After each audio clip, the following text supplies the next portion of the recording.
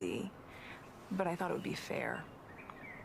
And that's the part that's really hard to reconcile. How do you feel about that? And I think we disagree about this, I related to that interview. I'm British. I think it's probably easier for me to conform to the British stiff upper lip than an American like Meghan Markle. But I think what she did there is take a context where she has been really demonized and vilified in the press.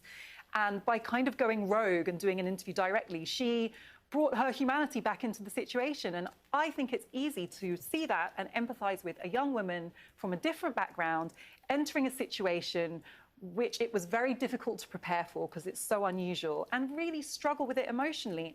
And it feels like an honest interview. And so even if you think it was inappropriate to speak so openly, it's hard not to be moved by its honesty. And that, I think the monarchy would do well to recognise that strategically, if they want to appear relevant to a different generation, that is the kind of honesty, openness and vulnerability that many young women not only relate to, but admire, because it's not easy to be in such a prominent position and to give so honestly. And I think that's actually to be commended. And the fact that she's experienced even more vitriol for doing that, I think just reinforces the point that it is a very unfair situation that she's been put in a way she can do no right.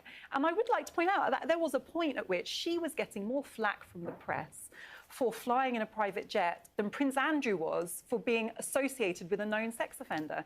And how that is fair, I really struggle to understand.